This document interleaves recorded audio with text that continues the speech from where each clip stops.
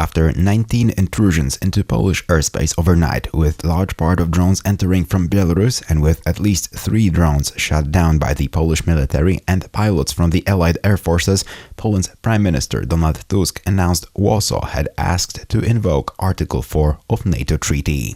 Artykuł 4, jak Państwo wiecie, ale chcę przekazać te informacje. Article 4, as you know, but I want to pass this information to public opinion, states the parties will consult together whenever, in the opinion of any of them, the territorial integrity, political independence or security of any of the parties is threatened. The decision to trigger Article 4 was preceded by my consultations with the President. It is our joint recommendation and joint decision. Nasza wspólna rekomendacja I wspólna decyzja. Retired Major of the Polish Air Force, Michał Fischer, told Polish radio on Wednesday that the violation was deliberate. Jest to zamierzony atak.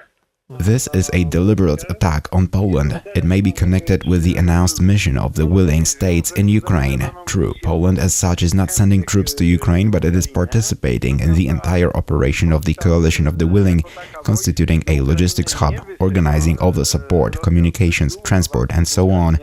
Besides, Russia is running out of time. Russia has been fighting too long in Ukraine, it is exhausting its resources, its economy is collapsing, it is being ruined, and Ukraine somehow does not want to surrender. And so the Russians must start doing something, and so they want to force the countries supporting Ukraine to stop.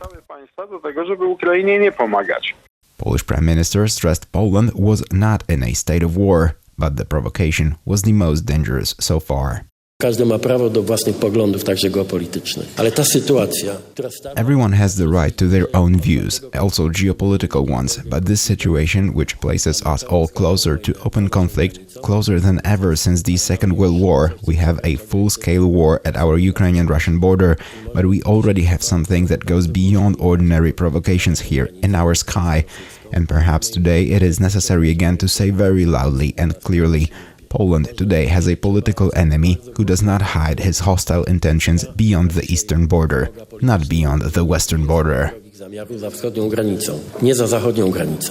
The head of government also underlined that Poland wants full mobilization of all NATO allies. To jest wspólna odpowiedzialność całego NATO, wszystkich sojuszników.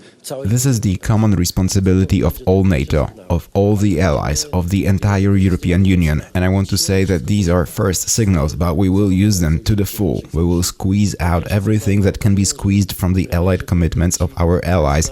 These first signals show that the prime ministers, presidents of NATO states really understand that this is also their problem, that this is also their war. I am speaking about the war in Ukraine. Że to jest także ich wojna, mówię o wojnie w Ukrainie.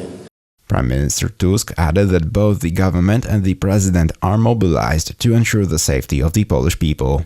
Prezydent zapowiedział zwołanie Rady Bezpieczeństwa Narodowego, oczywiście będziemy w tym także uczestniczyć. The president has announced the convening of the National Security Council. Of course, we will also participate in this. The Minister of National Defense at this moment will still be carrying out a certain mission connected also with what happened last night, but he will also be at your disposal, and we will try to mobilize everyone without exception in this matter so important for the whole nation, for our security.